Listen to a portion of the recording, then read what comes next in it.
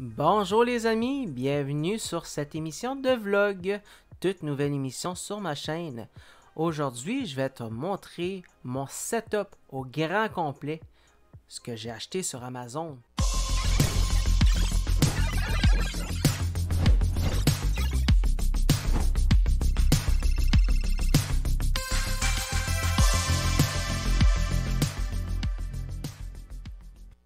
Alors commençons. Pour mon setup d'ordinateur, je vais vous montrer vraiment tous les articles que j'ai achetés sur Amazon pour faire mon PC de gaming et de montage vidéo. On va commencer par le boîtier. J'ai pris un boîtier ATX avec 6 ventilateurs. J'avais pas mal payé le même prix dans le passé. Pour la carte mère, j'ai pris une Asus AM4 TUF Gaming X 570 Plus avec le Wi-Fi. J'ai pris une AMD au lieu d'une Intel parce que je voulais absolument aller dans l'AMD pour avoir le plus de cœur possible parce que je savais que plus tard, il fallait absolument que je fasse des montages vidéo, que je joue. Fait que je voulais pas me retrouver. Dans le fond, il y en a qui ont un PC pour jouer, un PC pour streamer. Moi, je voulais pas m'embarrasser puis avoir deux PC. Je voulais que le même PC roule tous mes programmes, quitte à payer un petit peu plus cher. Mais ça fonctionne aujourd'hui, là. Vous allez voir qu'est-ce que j'ai mis dans sa petite bête là. Après ça, j'ai mis un Power Supply Corsair. Pourquoi j'ai choisi Corsair? Parce que quand vous achetez du matériel qui coûte extrêmement cher, comme une carte graphique ou un processeur, puis même la carte mère, vous allez voir, on ménage pas sur l'alimentation, je vous le conseille. Prenez vraiment une bonne alimentation au départ. Moi, j'ai été pour Corsair modulable 850 watts. On est assez bien. Comme processeur, j'ai acheté un AMD Ryzen 9 5900X. J'avais, avant de faire cette vidéo, un Ryzen 7 2700 qui commençait à être vieux. C'est un 8 coeurs 12 threads. Maintenant, j'ai un 12 coeurs 24 threads. J'ai vu pas mal une grosse différence quand que je jouais à mes jeux, surtout que je streamais en même temps. Gagné beaucoup d'FPS, puis je perds beaucoup moins de temps quand que je viens pour faire de l'encodage vidéo. C'est presque une moitié moins de temps, là. Avant, je faisais mes montages vidéo, puis je les encodais en MP4 pour les envoyer en 1080p sur YouTube. Ça me prenait une vidéo d'une demi-heure, là, je vous mens pas, là, ça prenait pas mal le même temps, une demi-heure, pour encoder la vidéo. Vous allez me dire, c'est pas si pire. Ouais, mais quand que vous faites plusieurs vidéos, comme moi, je travaille toute la semaine, puis il y a juste les fins de semaine que je peux sortir mes vidéos. Ça fait que je fais 6-7 vidéos d'avance, puis je les upload toutes sur YouTube de la même journée ou ça prend quasiment 2 jours. Fait que si je peux sauver 15 minutes par vidéo, 7 fois, ça paraît. Puis moi, pendant ce temps-là, je peux faire autre chose. Fait que ça, c'est pour le processeur. Évidemment, il faut une pâte thermique. Moi, j'utilise la MX5 de Arctic que j'ai trouvé vraiment là, super. Après ça, Kingston, j'avais de la balistique avant, j'avais 64 GB en DDR4, mais c'était de la 2666 MHz. Maintenant, je suis rendu avec de la 3200, puis je l'ai même overclocké à 3400. Pourquoi 64 GB au lieu de 16 ou juste 32 GB? Des fois, j'aille pas ça ouvrir les kits de développement pour les jeux comme j'ai Conan Exile, j'ai le kit de développement, j'ai Ark Evolution Survival que j'ai aussi le kit de développement. Puis ouvrir le jeu puis le mettre à ton goût puis faire des niveaux, puis faire le jeu. Mettons que, ben, je vais prendre un exemple dans Conan Exile. Le Conan Exile ordinaire que vous téléchargez sur Epic Games, il arrête au niveau 60. Sauf qu'au niveau 60, bon, on n'a pas développé toutes les qualités, les forces, les épées, les matériaux de construction, parce que il faut aller plus haut dans le niveau pour débloquer des points d'aptitude qu'on a à chaque niveau. Comme que ça arrête au niveau 60, ben on est un petit peu embêté. C'est pour ça que j'ai été voir sur internet. Ils nous montraient comment faire pour aller jusqu'au niveau 120 ou au niveau 300. 300, je pense que c'est le maximum. Mais je pense qu'avec le kit de développement, tu peux mettre ça à l'infini, là. Puis juste le programme Ungel Enrain, si je le dis bien, en tout cas c'est le programme pour ouvrir le développement de kit, ben ça prend quand même un bon 20 GB de mémoire vive. Ça c'est juste pour faire runner le programme. Ça c'est à part si j'enregistre, si j'ouvre des pages web. Fait que c'est pour ça que je voulais vraiment être bien. 64 GB, on est bien. Puis ça paraît aussi d'un jeu là, de la mémoire plus rapide. Maintenant qu'on parlait de la carte vidéo, moi j'ai acheté dans mon setup une MSI RTX 3070. MSI, ben j'avais une RTX 2080 Super avant. Je l'ai toujours d'ailleurs. Je le garde juste pour faire des montages sur un autre PC. Mais ça fait un bout que le PC prend la poussière.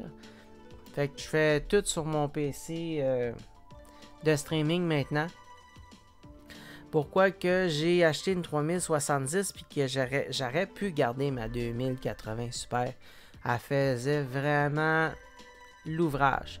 Sauf que c'était un petit peu trop limite pour jouer à Fortnite puis streamer en 1080p. Tandis qu'avec une 3070, je suis bon pour streamer à tout élevé. Ultra. Sauf que si je stream, que je joue tout en ultra en 1080p, j'ai quelques petites baisses de FPS. Fait que j'ai descendu quelques paramètres à élever. Puis là, je suis juste bien. Fait que moi, de mon côté, j'ai pas besoin d'activer le DLSS. Oui, ça pourrait aider. Je l'ai déjà fait, mais j'avais des lags sur l'écran. Il fallait que j'active la synchronisation verticale qui prend pas mal plus de ressources sur la carte vidéo.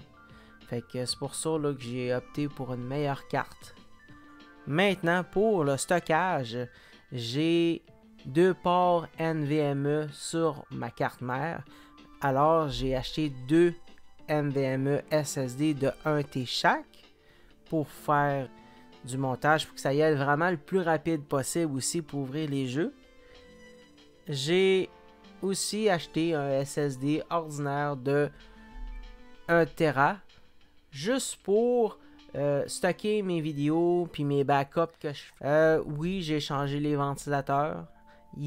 Dans le boîtier que je vous ai montré, il fournissait 6 ventilateurs, sauf que j'ai remplacé 5 des 6 que j'avais. Je trouve que eux autres, niveau visuel, c'est mieux. Ça flash plus. Moi, j'aime ça quand que tu rentres dans le bureau, ben, tu vois que la tour a flash puis elle fait toutes sortes de couleurs. Je trouvais que au niveau de l'audition, je les entends pas. Prends tous les ventilateurs, là, franchement. Là. C'est. Moi, je voulais aller dans le Noctua, c'est plus cher. Mais j'ai même pas besoin. Ils sont là à côté puis je les entends même pas. Pour la souris maintenant, j'ai acheté une souris gamer Logitech. Très bonne souris sans fil d'ailleurs. Je vous le recommande, elle est juste 64$. Je vous dis pas vraiment les prix parce que les prix, ça monte, ça descend, ça monte, ça descend sur Amazon. C'est pour ça, là, je vous laisse ça comme ça, mais vérifiez. Ça avait quand même assez souvent en spécial. J'adore cette petite souris-là, surtout mon petit bouton là, pour ajuster la vitesse, le niveau de sensibilité de la souris. Surtout quand on fait du montage vidéo, qu'on veut être vraiment précis sur les secondes. J'adore. Maintenant, pour le clavier, j'ai aussi acheté un clavier Logitech semi-mécanique. Je voulais pas avoir mécanique parce que ça fait un peu trop de bruit. Je sais qu'il y a des gamers qui aiment mieux ça mécanique. Moi, semi-mécanique, ça me convient très bien. Avec éclairage, vous avez un bouton sur le dessus, mode gaming. Moi, j'ai rien à dire au niveau du clavier. C'est un des meilleurs claviers que j'ai eu à date. Franchement, là. Après, pour le processeur, vu que j'ai changé pour un Ryzen 9, ben, je me suis acheté un Water Color Master avec deux ventilateurs en 240 à 120 mm pour les ventilateurs, pardon. Ça fait autant pour le Intel que pour le Ryzen ou AMD si vous aimez mieux, parce qu'ils fournissent des braquettes pour mettre sur les deux sortes de processeurs. Puis c'est vraiment pas compliqué à installer. Je vous ferai une vidéo dans le pire des cas pour l'instant. Pour les écouteurs, j'ai ma petite paire ici. Vous pouvez brancher aussi mon petit micro que j'ai serré là-bas parce que je prends ce petit micro-là que vous voyez. Il serait peut-être dû pour être changé d'ailleurs, mais à date, ça fait la job. Moi, c'est la marque M-Power. Pas trouvé le M-Power sur Amazon. Fait croire que ça se fait plus, mais c'était vraiment le seul modèle qui ressemblait le plus avec la petite clé USB. Puis vous pouvez aussi brancher le fil quand vous avez plus de batterie parce que oui, il faut le recharger le casque avec fil USB. Dure quand même assez longtemps, un bon 6 à 8 heures de batterie franchement. Puis on peut capter au moins jusqu'à 20-25 mètres là, facile. Traverser un mur mais pas plus par exemple. Sinon le son commence à distorsionner un petit peu dans le casque. Et voilà le micro que je me suis acheté. C'est exactement le même micro que je vous parle en ce moment. J'adore ce micro-là depuis que j'ai acheté ça. Oui, il y a des micros plus professionnels, mais pour mes besoins à moi, c'était suffisant. Le son était pas mal plus clair que le micro de ma webcam. C'est pas à comparer. J'ai même essayé avec mon cellulaire. J'ai essayé avec le micro de mes casques d'écouteurs. Il y avait toujours ce petit souffle quand que je respirais que le micro entendait. Avec ce micro-là, j'ai plus ce problème-là. Le son est beaucoup plus clair. Puis tout ce qui marche alentour, si je fais runner un ventilateur ou si quelqu'un échappe des objets par terre, ben il y a un genre de microprocesseur dans le micro qui empêche d'enregistrer ce petit bruit-là désagréable. Fait que très belle découverte franchement. Après ça, j'ai ma grosse caméra quand que je filme mes recettes de cuisine surtout, ou quand que je vais faire mes vlogs dehors un coup que l'hiver va passer, parce que avec celle-là que vous me voyez en ce moment, c'est cette webcam là. C'est une 1080p en USB. Rien à dire, c'est vraiment une caméra qui filme à 120 degrés. J'adore ça. Comparé à ma grosse caméra qui filme plus à 90 degrés, elle filme plus large. Fait que si vous voulez vraiment, vous avez un gros décor ou comme moi, j'ai pas grand décor, j'ai juste une toile de Fortnite en arrière de moi, puis c'est tout. Je pourrais même vous la montrer direct là, vous allez voir un peu à quoi ça ressemble. Voilà. C'est mon décor de fond. Là, vous voyez le petit micro qui est ici. Fait que c'est à ça que ça ressemble. Moi, j'aime autant de mettre un petit fond d'écran. Ou ben non, juste faire disparaître le fond. À ce temps que j'ai la carte vidéo pour. Fait que très très bonne webcam. Je me souviens, quand que je l'ai acheté, j'avais payé juste une 30-35$, pas plus. Vous allez en voir d'autres sur Amazon semblablement. J'ai acheté un autre modèle que je vais vous montrer. C'est ce modèle-là aussi que je trouve qui est excellent comme caméra.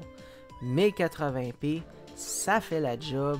Elle, par exemple, au lieu d'être 120 degrés, il me semble que c'était 100 degrés. C'est un petit peu moins large, mais la qualité de l'image est vraiment impeccable. Et voilà, c'est tout pour cette vidéo. Si tu as aimé, mets un petit pouce, abonne-toi à ma chaîne. Vous êtes nombreux encore à me regarder puis à être pas abonné. Si jamais tu as des idées ou tu veux me dire quel est ton setup, marque ça en commentaire. Je vais pouvoir te donner des petits trucs si jamais il y a des choses à améliorer. Puis nous, on se revoit demain.